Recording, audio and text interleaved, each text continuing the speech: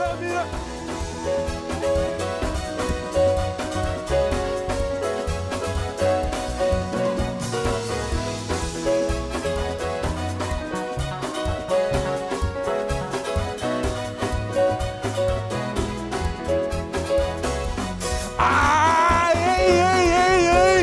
Lift Jesus higher. Lift him higher. Lift Jesus higher. Lift him higher. Lift Jesus higher. Lift him higher. Lift Jesus higher. Lift him higher. Lift Jesus higher. Lift him higher. Lift Jesus higher. Lift him higher. Lift Jesus higher. Lift him higher. Lift Jesus higher. Lift him higher. Lift Jesus higher. Lift him higher. Lift Jesus higher.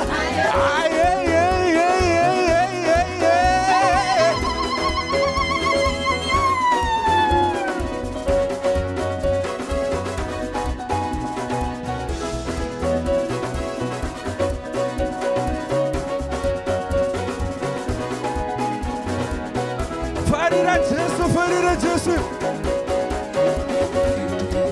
Wasimutira mawoko kuna Jesu. Simutira mawoko kuna Jesu. Simutira mawoko kuna Jesu. Wasimutira mawoko kuna Jesu.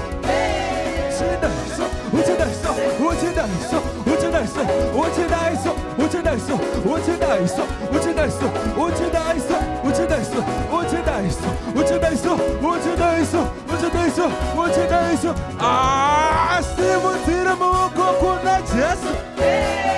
Simutira mawoko kuna Jesu. Simutira mawoko kuna Jesu. Simutira mawoko kuna Jesu. Ade, what is what it is? What it is? What it is? What it is? What it is? What it is? What it is? What it is? What it is? What it is? What it is? What it is? What it is? What it is? Ah.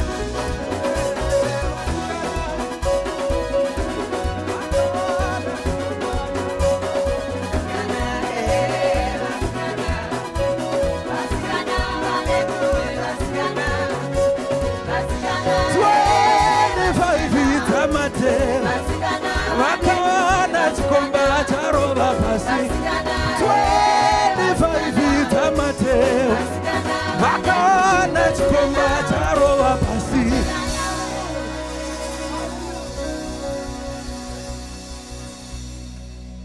Hallelujah. Amen. Hallelujah. Amen. Can you make a joyful shout unto Jesus? Hallelujah. Amen. Right. Yatakuda kuimba manje inonaki pane akambosvika panguva yekuti unoshaya kuti zvinhu zviri kuitika zviri kumboitikire woita mumwe mibvunzo yaunotoona kuti aitorina mhinduro. Even ukada kuzama kutsvaga kana kudii unotoshaya kuti mhinduro ndeipi.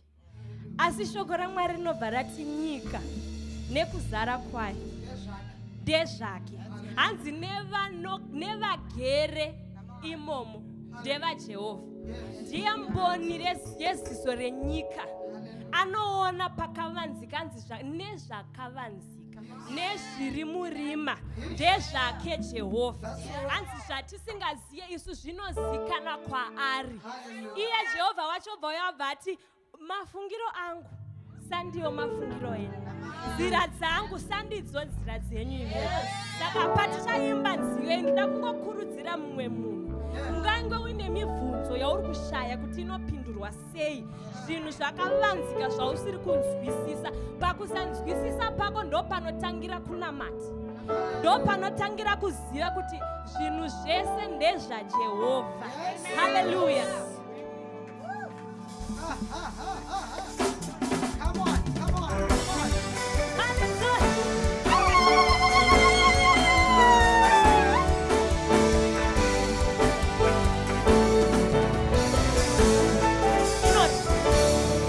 Anozviona ndianiko kunze kwaJehovha zvakavanzika anozvionawo zviziva ndiani kunze kwaJehovha zvakavanzika ndezvake anozviona kunze kwake zvakavanzika ndezvake anozviona ndiani kani kunze kwake zvakavanzika ndezvake mutsvene ngarumbidze kana matwe zvakavanzika mutsvene muridzi weupenyu poni yesiso ngarumbidze anofamba newe Jehovha pese kwaunoenda anovhenekera nzira yako ngarumbizwe anoona pakadzika osatisa zvishuwo zvemoyo nekuti zvakavanzika ndezvake anozviona kunze kwake zvakavanzika ndezvake anozviona ndiani kani kunze kwake zvakavanzika ndezvake mutsvene ngarumbidze kana matwe zvakavanzika mutsvene muridzi weupenyu otimponi yesiso kana matwe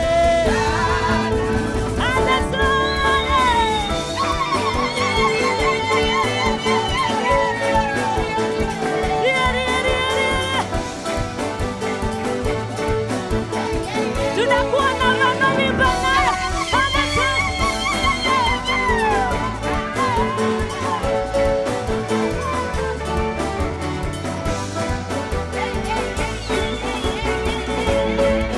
mutsvene ngarumbidze kana matwe zvakavanzika mutsvene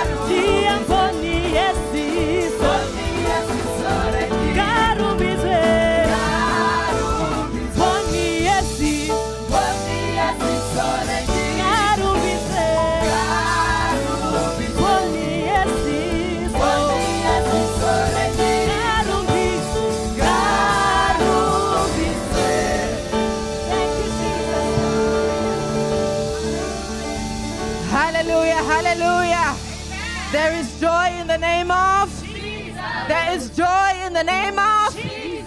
Salvation in the name of Jesus. Hallelujah. Hallelujah. Father, we have come to worship you. Come on, somebody. Other words of worship. Ngatisimudzire izita ra Jesu. Mboni yeziso renyika. Taizovepi mwari dzisiri nyasha dzenyu. Tauya kuzokurumbidzai Baba nekuti makatendeka. Tauya kuzokurumbidzai Baba nekuti munogona. Tinokudai mutsvene, tinokudai. Tinosimudzira zita renyu mangwanani ano. Nekuti hakuna mumwe anokodzera. Hakuna mumwe akafanana nemi. Muchinda werugare. The Ancient of Days. The King of Kings. The Lord of all Lords. Father, we worship you this morning. Tinokudai mweya mutsvene. Tinokudai muchinda werugare. Rumbidzwai Baba nekusingaperi. Nekuti nyasha dzenyu dzinogara. Nekuti nyasha dzenyu dzinogara nekusingaperi. Tauya Baba kuzosimudza maoko edu. Tichirumbidza zita renyu. Tichidzorera mbiri kugwayana. Mazvita Jesu, mazvita. Tinosimudza maoko. Thank you, Jesus. Itai zvamunoda Mwari. Dururai nyasha dzenyu. Mandiri. I want you to make this personal. Tinosimudza maoko. Itai zvamunoda Mwari. Dururai nyasha dzenyu. Mandiri. Tinosimudza maoko. Tasimudza maoko. Zvamunoda Mwari. Mandiri. Baba tinosimudza maoko. Zvamunoda itai. Zvamunoda Mwari. Mandiri. Takumbira mandiri. Mandiri. Oh, mandiri, mandiri. Mandiri. Takumbira mandiri. Oh, mandiri, mandiri. Oh, hey, mandiri. Takumbira mandiri. Mandiri.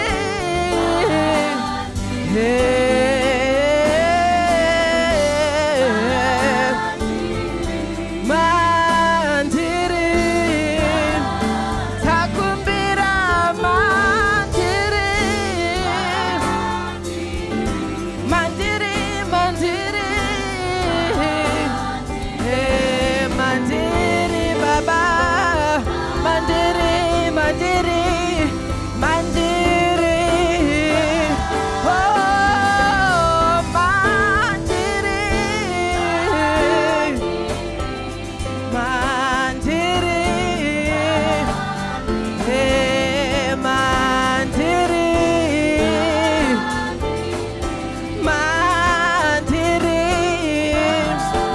Ishe tinosimudza maoko. Tasimudza maoko edu. Itai zvamunoda Baba. Durai, dururai, dururai. Ishe tasimudza maoko.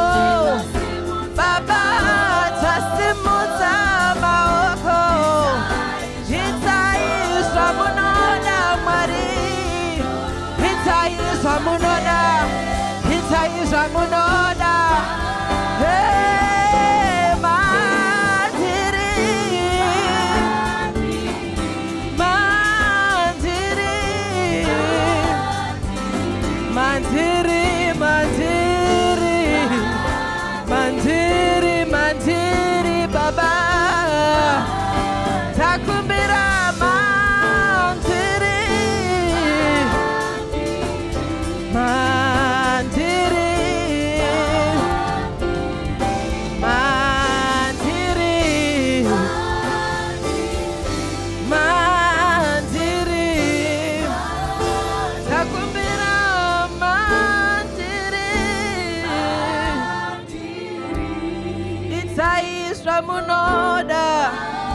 Jamunoda, Jamunoda, Jamunoda, Jamunoda, Mandiri. Ayatata la basikata, resayakata talamanda, retete kosia katirasa, rika sekete terekosa. Rika sayamanda rasikateya tetosaba resokateya rasekotiata rasobata rasokabasha rekosia mandera rasokobataya kahaya rikabasikata rikabasekete rekesuyakata rekosamayanda rasa yeketataya mahaya rekebesayakatera rikasayamanda rakosa Rikasaya katata labasa, Rikasaya katata, Rikasaya katata laba, Rikasete tekosa, Rikasaya katata, Riakasaya kata, Rekebesia kata, Riakasaya bakata, Riakaseke besayata, Riakaseke tekosa. Tamira kukamuchira, kupakwa muri muchene, Tamira kukamuchira, kupakwa muri shewango, itaisha munoda neso, itaisha munoda neso, itaisha munoda neso, itaisha munoda neso, nyashangati wangwe, nyashangati wangwe, nyashangati wangwe, nyasha zenyu, gati kuata yakata, yakatosa, yakazeta, yatayakata. Come on, pray. Come on, pray. Come on, pray. Resoya, yakaso, yatete, yakaso, yatete, yakaso, yatete. Rekesayakata, rianda rakasa, rekesayakata, riakatata, reketata yakasa. Wakasungwa ngarasunugurwe, shakasungwa ngashisunukurwe. Nestarama mocheso, kama imi muripo, shese jinokoneka, nemi jinokoneka, nemi jinokoneka, nemi jinokoneka.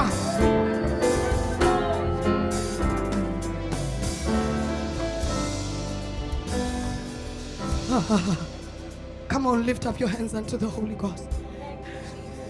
It's a sign of surrender. It's a sign of surrender. Simuta maoko wako, ufurene moyo wako, nekutishe uripano. Jehova uripano, unoda kuyanana newe.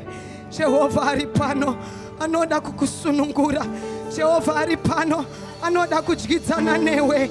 Jehova aripano, anoda kurumbitwa newe. Mwanawe HIC, fura muromo wako unamate. Fura muromo wako ukamuchire. Fura moyo wako ukamuchire Jesu. Nekuti aripano.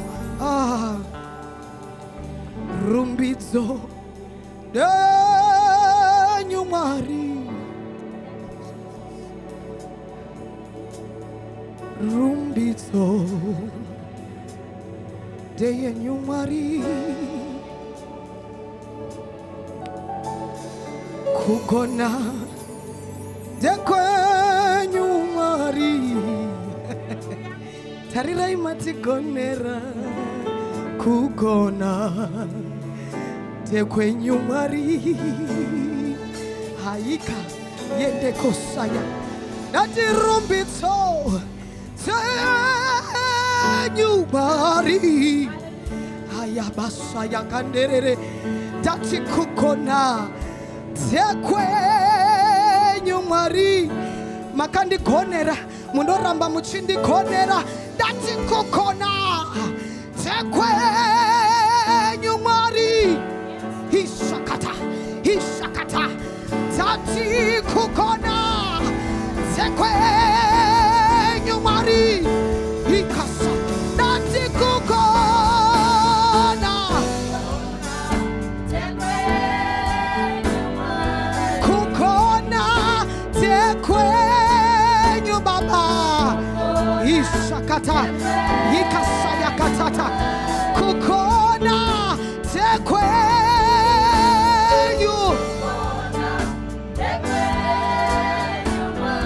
kukona tekwe nyubaba. Simusa kukona tekwe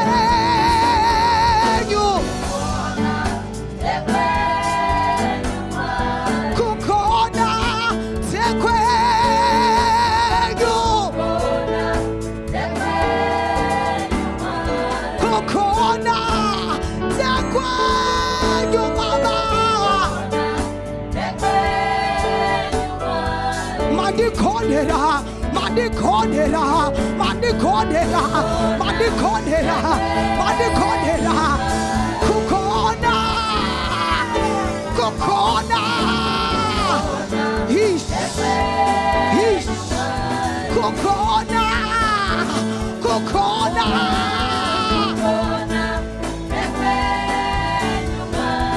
Kukona, Monokona, Kukona, Kukona, Shashayaka, Kukona, Kukona, Mandikonera, Mandikonera, Marie, Kukona, Kukona,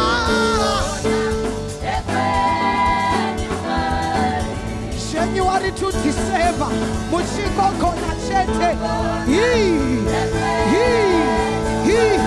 Kukona, Kukona,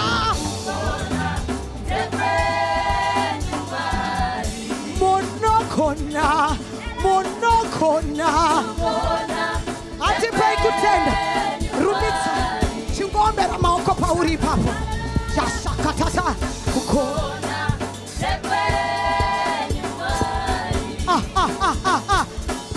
Mwari, munokona. Ipakutenda, roga maoko, utende Jesu. Monokona, Monokona. Monokona, Monokona.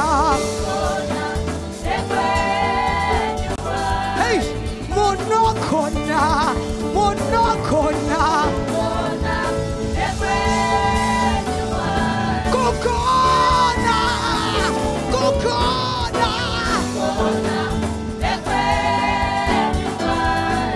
Kukona. Waya, ya, ya, ya, ya, ya, ya. Waya, sai. Kukona. Kona iche.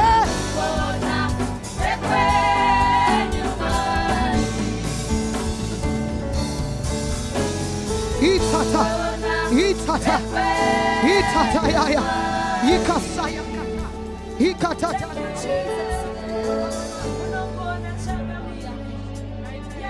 The mighty name of Jesus. Kukona ndekwa Jehovah. Take time to pray unto him. Whatever you desire this morning. Kukona ndekwabo. Kukona kusipe muna ndekwa Jesu. Take time to worship him. Take time to say whatever you want to God. Nakuti mbili na kukona ndesavo. Mbili na kukona ndesavo. Hakuna na kukonera. Hakuna munanga kukonera. Asi Jesu anokona. Kukona ndekwa Jesu. Uyamano chikonesa. Uyamano chikonesa. Mushwena wakasendeka. He is in this place this morning. He is in this house this moment. Pray unto him what you desire. What is desire? Pray unto your Father. He hears you and he answers your prayer. Kukona ndekwa Jesu. Take over, Lord. Take over, Father. My heart's desire. Take over, Lord. And let your will be done in this place. Let your will be done in this house. Speak unto us, O God. We are listening, Almighty Father.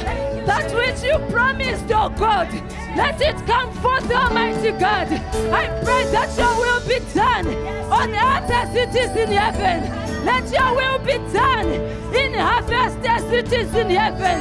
Lord, in the name of Jesus, we are here, oh God. We want you to manifest your power. We want to see your glory. We want to see you high and lifted up. In the name of Jesus, we have not come to meet with people. We have not come to meet with men, but we have come that you meet with us. Oh Lord, we thank you for your promises are yes and amen. There is nothing that you promise that you do not fulfill. We thank you this morning. We thank you for your anointing that breaks the yoke. We thank you for such a wonderful time. Oh God, that you have brought us together, that we may hear you speak to our life. We give you glory. We give you honor. In Jesus' name, we thank you, Lord. Hallelujah. Amen. Hallelujah. We can do better than that. Let's give praise to the Holy of Holies, to God the Almighty, the one and only God. Apart from Him, we cannot do anything, but we can do all things through Christ, for He strengthens us. Hallelujah. Amen. Hallelujah. Kugona ndekwa Jesu. Mbiri yose nekukudzwa kuna Jesu. Amen.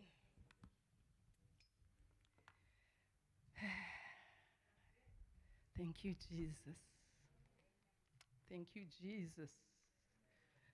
Thank you, Jesus. Thank you, Jesus. Faithful God. There is none like you, Father. You are faithful. You remain faithful. And you are forever going to be faithful. That which you have done in our lives, that which you continue to do, you are a faithful God. We are here not nekugona kana kungwara, asinyasha dzenyu. We give you glory. Hallelujah. Amen, amen. Amen. The goodness of God is overwhelming me. I don't know where to start. Oh, Shona.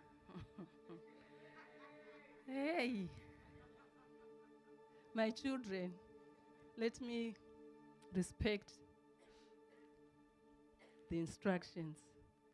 We'll talk when you get home. Amen. Amen. Hallelujah. There's somebody I'm looking who is not responding to me. Hallelujah. Until he responds. Hallelujah. Okay, thank you. I just want to thank God this morning for standing before you to share what God has put in my heart concerning my life. Before I started up kwa muri. Ndisati ndapa kwa muri anotanga neni kunyanya. So what Mwari zvavaisa mandiri ndizvo zvandiri kuti ndigotaura pamusoro pazvo kukerekea Mwari. Ndichitenda kuti Mwari vachatibatsira. And Mwari vakatendeka. Shoko ravo nderezvokwadi. Amen. Hallelujah. Reka ndiwane nguva ino yekutenda baba vedu vari pakati pedu. Dr. Emmanuel Sundire. Hallelujah. And all the leadership, the pastors, and your team for giving me this. Kundipawo mukana wokuti ndishumire kuchechi ya Jesu. Hazvina kupfava. Zvakaoma. If you ndakanga ndichifunga ndikati saka ivo vanoparidza every Sunday in and out. Vanosvifambisa sei? Because just kungogadzirira nhasi. Aiwa zvakaoma vadikani. Aiwa hazvisi nyore. Asi ndinovimba kuti Mwari vachandibatsira. So, thank you, Pastor Dr. Emmanuel Sundire and your leadership. Kuvimbikawo kuti tingangoburitsawo zvingangobatsira kereke. Anyway, it's not me, it's God who's gonna speak to us mangwana nano. Ndimwari vachataura kwatiri. And all protocol observes. Amen. And ndakabata chimuti just to say hi to the priest of my household. I know kuti ndakugritai, but as a child of God in the church. Now I'm greeting you as the father of as the priest, Baba Vemumba Myangu. Amen. Hallelujah. ndoda kukutendai nezvese zvamunoita. Ndinozviona zuva rimwe nerimwe, nguva imwe neimwe, kushingairira kwamunoitira mhuri yenyu. Tive zvatiri kubata kwenyu. Amen. Tangoti timbotaurawo kamaruva acho munhu ari mupenyu naye. Tosomirira munhu afa zvikuita. Vanenge vasisa zvinzwe. Kana vazofa tinenge takungoserebrate asi ivo vanenge vasisanzwe zvatetichitaura. Shoko raMwari nhasi ndaritumidza musoro unoti the word. Hallelujah. Ndinoda kutenda Mwari nekuda kwedingindira ratinaro gore rino pamusoro pekereke. Hey, togetherness. Muchishona zvinonzi chi pa umwe chete, uvepo, ubatanidzwa, umwe.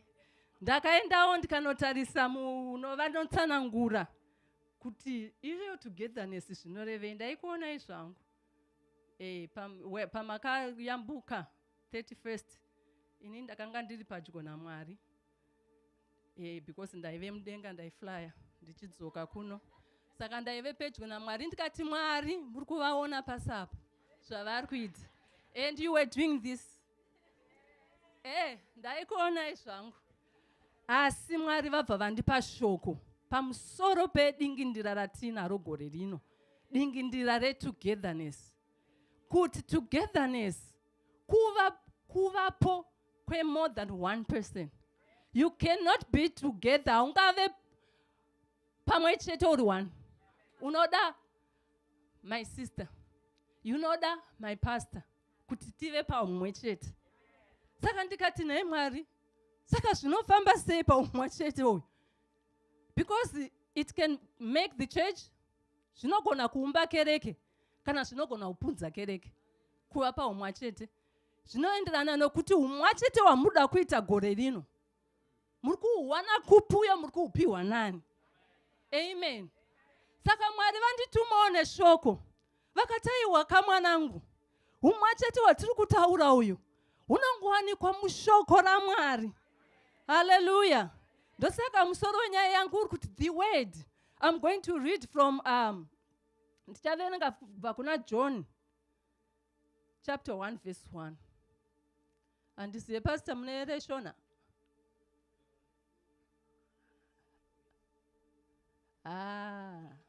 Motondiregerero vanhu vaMwari because zvimwe zvacho kuendesa kushona zvichatinetsei. Tinoitaura zvedu but haisi isi kuzoitaura uchiparidza. Saka mungondibatsirawo.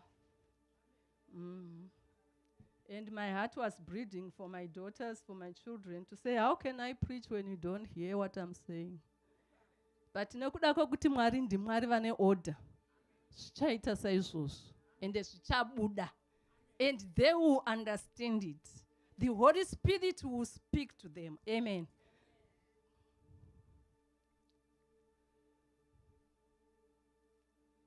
First John 1 verse 1. Izvo zvakanga zviripo kubva pakutanga, zvatakanzwa, zvatakaona nameso edu, zvatakatarira nezvatakabata nemaoko edu, zveshoko roupenyu. All right. Handimbaona shona yachona haisi kunyatsonditi dyo pandiri kuda, but regai ndiverenge nechirungu. John 1 verse 1. In the beginning was the Word, and the Word was with God, and the Word was God.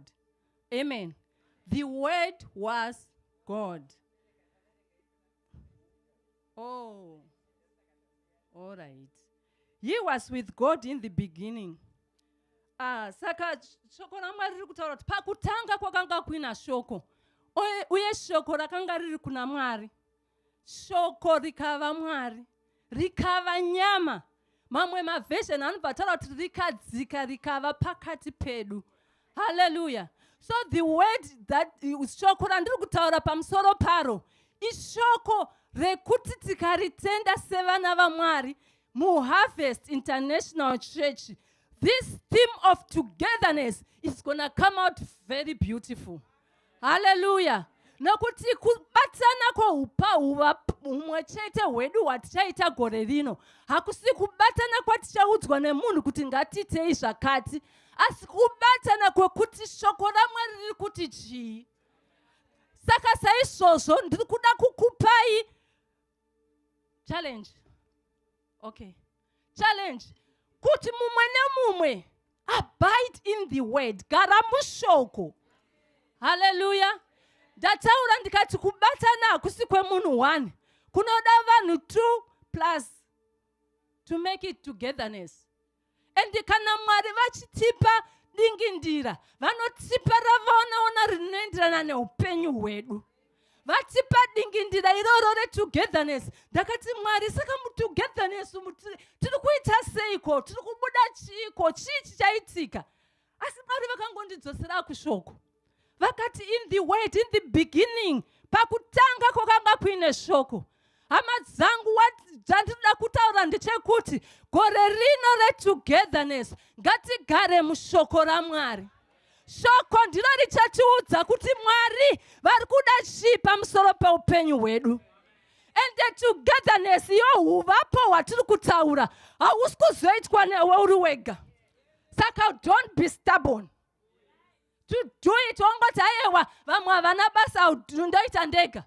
Mwari zvavachataura muupenyu hwako, you need kuti uzviite mukurarama kwako. Amen. Hallelujah.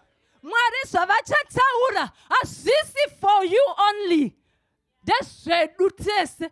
Nokuti dingindira redu riri kuti paushamwari hwedu. Hallelujah. Paushamwari hwedu. Tega zvedu. Hapana anotirova. Hallelujah. Atibatike 2026. Nekuti ushamwari hwedu hakuna uchauya pakati pedu. Kunyanya tikagara mushoko. Hallelujah. Hakuna chatinoita kana chatinogona kana tisiri mushoko raMwari. But tikagara mushoko raMwari.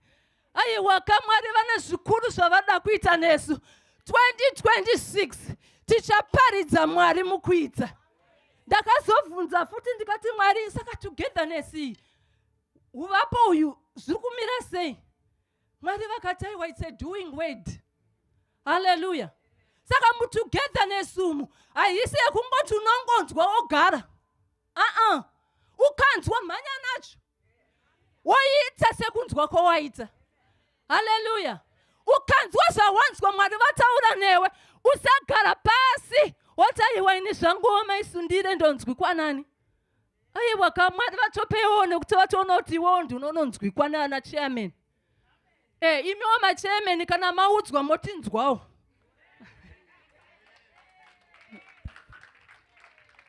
Ihanzvadzi yangu nhasi ndinawo. Ihanzvadzi yangu. Saka mudingindira ratinaro irori. Pandakanga ndichienderera pamberi ndichingodzidzawo kuti saka Mwari zviri kufamba sei? Toita sei? Zvikanzi shoko rinooneka muBhaibheri. Asi taverenga tikati shoko iri rakanga riri kuna Mwari. Uye rikazodzika rikava pakati pedu. Hallelujah. Zvichireva kuti ndiani nhai wakadzika ukauya pakati pedu? Jesu Kristu. Zvichireva kuti 2026 tichataura zvaJesu. 2026 shoko ratichaparidza ndiJesu. Jesu ishoko. And ivo Jesu vachataura kuupenyu hwedu. Shoko ravo rinotaura kuti garai mandiri ndigogarawo mamuri. Saka unogara sei muna Jesu kana usingazivi shoko raMwari? Unogara sei? So, there are 2 types of word. Zvandauya kuti nditaure pamusoro paro. Kuti shoko rekuverenga muBhaibheri. Ngativerenge maBhaibheri. Umu ndimo muchabva zvese zvaunoda. Ukaona zvinhu zvisiri kufamba pachechi, ziva kuti ndiwo usiri mushoko. Nekuti ukanga uri mushoko, Mwari vachakurakidza kuti akati rokuudza kuti pauri kuti hapasi kufamba apa, mwanangu Joshua namata. But kana usiri mushoko unoziziva sei kuti ndofanira unamata zvinhu zvifambe. Vadikanika, kupera kwegore hatidi kurohwa neshamu yaMwari nekuda kwako. Hatidi kurohwa neshamu yaMwari nekuda kwangu. Nokuti kana Mwari vachinge vataura, ndogara zvangu naro. Unorohwa neshamu yaMwari. And again vandakurayirai, kune zvinoitika mukasateera kuda kwaMwari, shoko raMwari, kune zvinouya pamusoro peupenyu hwenyu. Rebuke, Mwari vanogona kukurovai neshamu mukasaita zvichataurwa neshoko raMwari. Saka ndiri kuti 2026 paushamwari hwedu ngative vanhu tiri mushoko. Ende kana tine tagara mushoko, shoko richatiudza kuti ngatifambe takadai, ngatibva apa toenda apa, ngatibva apa toenda apa. Mukereke tine protocol, tine vakuru vatinavo. Kana paine chatinoda kuita, shoko rinobva rataura, endai nepakati, itai zvakati, tichiteera shoko raMwari. Ende hatimbofa takapingirishana, kunyanya kana tiri mushoko raMwari. Asi tikasatsvaga kuda kwaMwari, tikasagara mushoko raMwari, zvicharema. Vamwe vachabuda chechi nekuti zvinenge zvichirema. Asi Mwari vari kutiudza nhasi kuti ngatigare mushoko. Shoko ndiro upenyu hwedu. Whatever we desire in our lives. Pane ambotaura vachitungamira praise and worship, akati kune imwe mibvunzo yatisina mhinduro nayi. Asina Mwari kava nemhinduro. Ukaenda mushoko, Mwari vane mhinduro. Ukaona uri kuita mibvunzo usina mhinduro, zvibvunze kuti ndichiri mushoko here. Nokuti Mwari vanogona kusakupa mhinduro yauri kuda, asi mhinduro vakupa. Ende Mwari vanogona kusakupa mhinduro yauri kuda kunzwa iwewe, asi muupenyu hwako vakuisa rugare runopfuura unzwisisa kwose. Ende inenge iri mhinduro iyoyo mukati maupenyu hwako.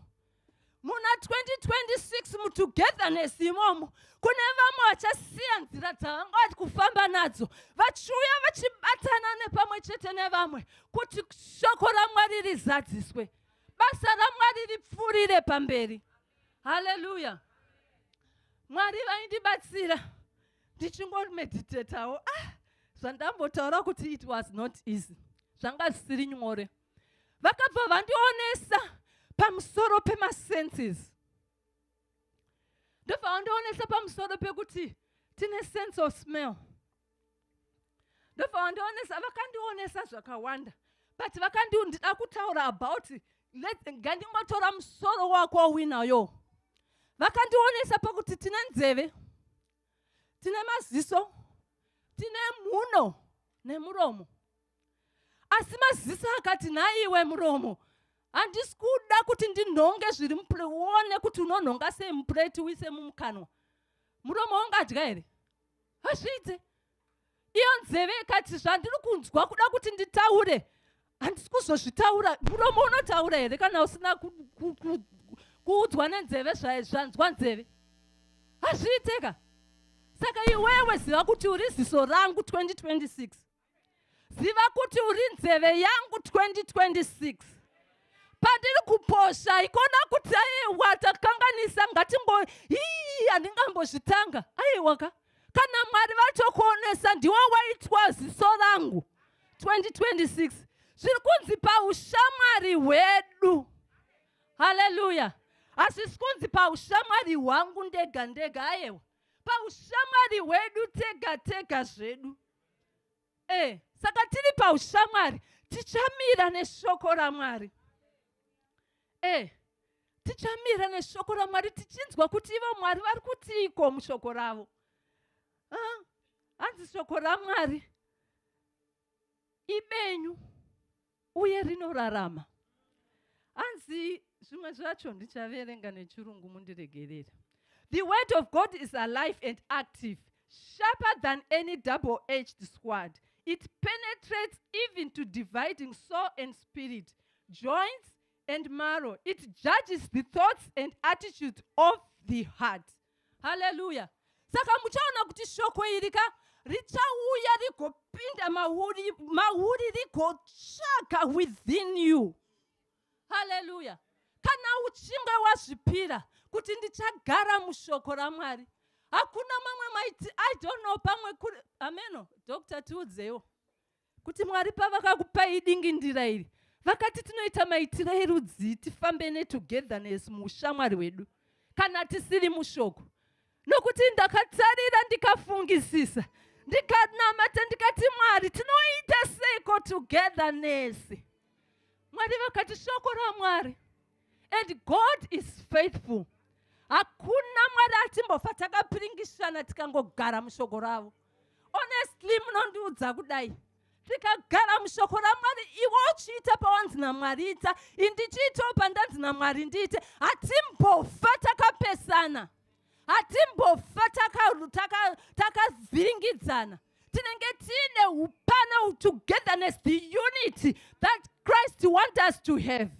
Hallelujah. Mwari ngavatibatsire. 2016 kereke yaMwari, this 2016, the calling is to stay 2026.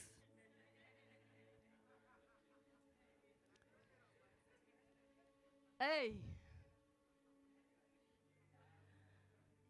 At least I know you are listening. So ndi batsira. 2016 2026 tikagara muupano hwaMwari. Mwari vada kuzviratidza. Pataverenga shoko raMwari pane pamwe pandamboverenga richitiudzeiro Mwari kuti aiwaka pauri ipapo what you do, kubasa kwako, kumba kwako, zvauri kudya, zvimwe zvacho Mwari vari kukupa for her. Pastor, what you have, Mwari vari kukupai nekuda kwaJoshua. But zvakuda kuti munzvere magwaro, nekuti Mwari zvauri izvozvo havana kungokupira for you. Havasi kukupira iwewe kuti zvive zvako. Vari kupira kuti upe aripa next. Last week my son Mr. Bevan vakataura vakati it is more blessed to give. Hallelujah. Saka zvawina zvezvozvo 2026 Mwari vari kutipa kuti tisimbise shoko raMwari. Mwari vari kutipa kuti tiunze pamwe chete shoko ravo rigozadziswa. Anditi hatisi kupuhwa kuti zvigova zvako, asi chandiri kukuchallenge inacho, chandiri kukupai mangwanana ano ndechekuti shoko ndiro ngarive rikudzidzisei. Mwari ndivo ngavave vataura muupenyu hwako kuti Mwari 2026 muri kutiko neupenyu hwangu. Iri dingindira ngariite rako sedunga munhu kuti this is my personal vision. When ukanga warita sekunge riri rako sedunga munhu unozadzisa kuda kwaMwari, nokuti Mwari vachakurakidza zvakawanda zvaunofanira kuita. Psalms 133. Ngativerenge. Ndo dingindira anditi, ndo theme yedingindira anditi. 133, Psalms 133. Ende ndaitarisa mamwe madingindira atakaita makore akapfuura. Ndikaona kuti this God is faithful. Mwari vakatendeka. 2024 takanga tine year of surprises, right? 2025 ndobva taita restoration. Mwari vakaziva kuti handingakuendesei paushamwari hwenyu musina kudzoreredzwa.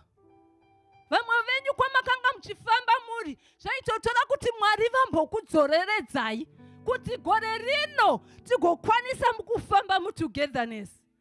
Saka Mwari zvavari kuita zvinhu zvavo mukateedza patani yekutaura kwavo gore negore, kune kwavari kutiendesa. Ende vari kutiendesa mberi. Havatisi kutidzosera mashure semunhu zvatata kuita zvokukudzoserai mashure. Inotaura Psalms 133, how good and pleasant it is when God's people live together in unity. Hallelujah. How good and pleasant it is when you live together in unity. Uchagara seiko nevamwe 2026.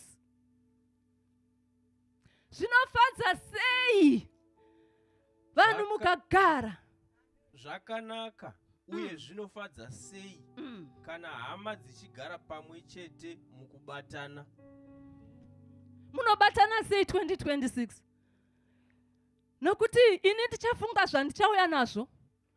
Amai vangu mai makono vachauyawo nezvavo. Mai Muteweyo vouyawo nezvavo. Young adults yavayataiwa kamuri kuita old generation vouya nezvavo. Tinoita sei? Asi tikagara mushoko raMwari, hanzi pakutanga kwakanga kuine shoko. Shoko rakanga riri Mwari. Rikadzika rikauya pakati pedu. Jesu vakauya pakati pedu vakatirakidza nzira. He was the perfect example of life. Ndivo mutungamiri mukuru Jesu wekuti tinorarama sei kweupenyu uyu. Dai Jesu vakanga vasina kuuya, tingadai tiri kuchema kuti Mwari hatizvigona zviitike. Asi Mwari vakaziva chinhu ichi. Vakati munhu wandinoda kusika, ranotoda kuti amboona muenzaniso wekuti zvinoitika sei. Anoda kuti aone muenzaniso wekuti zvinogoneka kuti mugare pamwe chete in unity. Ndokubva atipa Jesu akauya akatirakidza nzira nemuenzaniso wekuti semuKristu tinorarama sei. Hallelujah. Vamwe venyu zvichatiomera tichifamba imo mu2026. Asi ukangogara chete mushoko randiudzaini kuti hanzi vanokupai zvido zvemwoyo wenyu. Unopiwa zvido zvemwoyo kana ukagara mushoko ravo. Asi ukagarawo kunze kweshoko, aiwa taakutaura dzimwe nyayazvo. Taakutaura dzimwe nyaya ende hatigone kudzimiririra, hadzina anomiririra. Kana shamu yaMwari yauya pamusoro peupenyu hwomunhu, hakuna anoimiririra. Munogona kuuya motouya moti pastor tinamatire ende vanonamata. For your own information kana musingazvizive. Vanonamata. Asi zvicharamba kubva nekuti munenge musingaite mukuda kwaMwari. Munenge musiri kufamba munzira dzaMwari dzavari kutaura. 2016. Ende ivo Mwari ndivo voga vanoziva kuti nzira iyi tiri kuifamba sei. He already vakatoifamba nechekare. Gore rese rakatokavwa naMwari. Isusu we are there to just follow the footsteps. Hallelujah. Saka kuti uteedze matsimba aMwari, uchada kugara mushoko raMwari. Tikada kuti titeedze matsimba aMwari, uchada kunamata upenyu hwako kuna Mwari. Mwari vokurakidza. Hallelujah. Jesu vachataura mukati meupenyu hwedu. Unenge uri papi kana Mwari votaura? Uchamira sei 2026? Munoziva kuti pandakakumbirwa unzi ndiparidze ndakanga nditoriwo ne-burning word. Ndikati ndora ndiri kuparidza. Risinganetse ende iroro mese mungadai muri kujamba muchiti amen amen. Ndora ndakanga ndinaro. Asi pandainamata nekutsvaga shoko raMwari, Mwari tendi vakachinja zvose vakati taura pamusoro peshoko. Kuti shoko iri ndiJehovha, perfect muenzaniso mukuru wakanaka. Hallelujah. Saka hakuna chauchati chakati hachiitike, nekuti kana ari Jesu akatosuffer the way you are suffering. Kana ari Jesu akarambwa nevekwake vadikani. Vakati vakamuramba vekwake. Saka iwe kurambwa kwauri kuitwa nhasi chashamisira chii? Kana Jesu akatorambwawo. But mukurambwa ikoko haana kubva aita give up and throw the towel. Mukurambwa ikoko akaramba akatsungirira. 2026 ukaona warambwa, ziva kuti ndiri kufanira kutsungirira. Ende ukaona zvinhu zvako zvese zvichingokuendera futi 2016, isamvunzo 2026. 2016. Hey.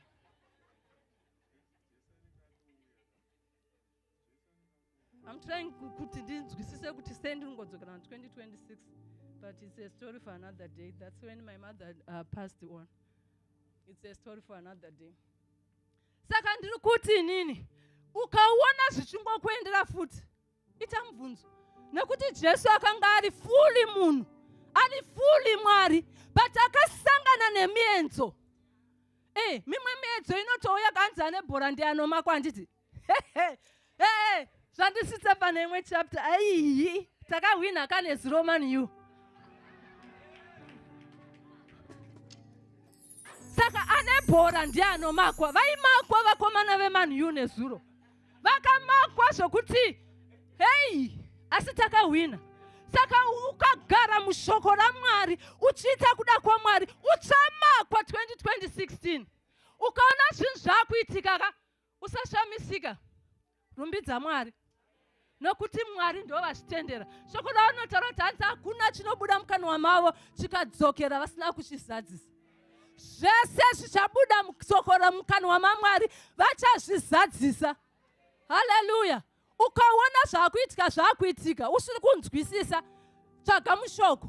Ukashaya mushoko, ndosaka tina shepherd and the pastors vafonere kuti baba tiri kupindana nezvakati, mama tiri kupindana nezvakati, tobatsirana kunamata.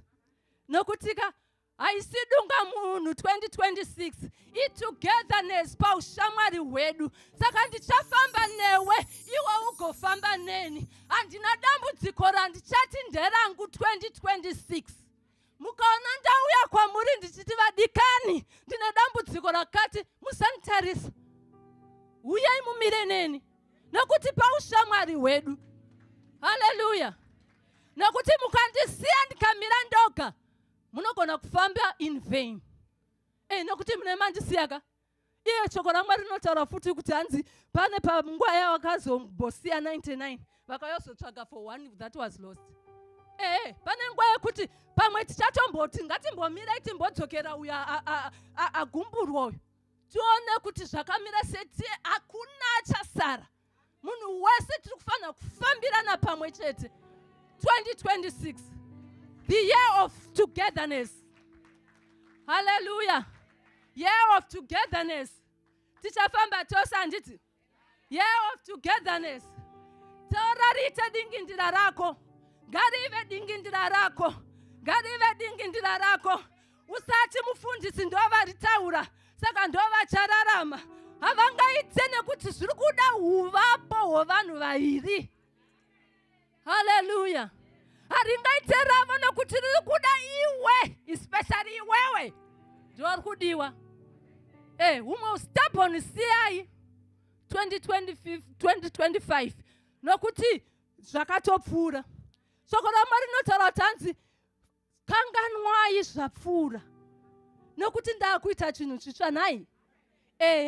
Saka zvakaitika 2025 zviya zvausina kufarira, zvausina kuda. Shoko raMwari riri kuti ngatichikanganwai.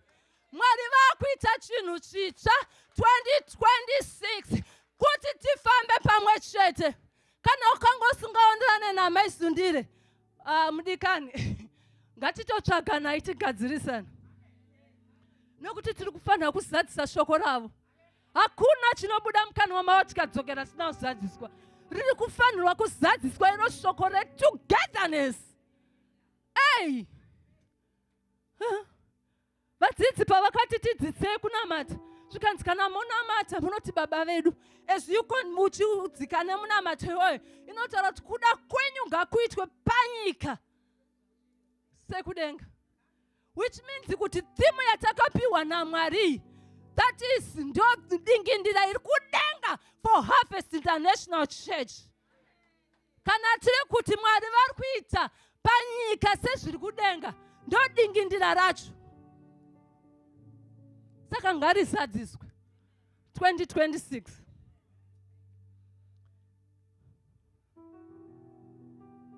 Mumwe wedu kana asina, ngatimupei. haungaite wardrobe yekuti kana wakuya uchechi unotoita kupusha kuti utore hembe uchipfeka. Mumwe munhu ari kutoshaya kuti zvinondopfekeiko akomana. Ndakazomboudza mumwe ndikati unoziva kana ndichiuya kuchechika ndatosiya hembe nge3 dzandasiya dzachiramba kuita. Ndakatoplanawo kuti ndinopfekawo ndirakidzikire. Zvaramba. But kuna mumwe munhu asina option iyoyo. Ari kutongoti iyoyi ndiyo it has to work.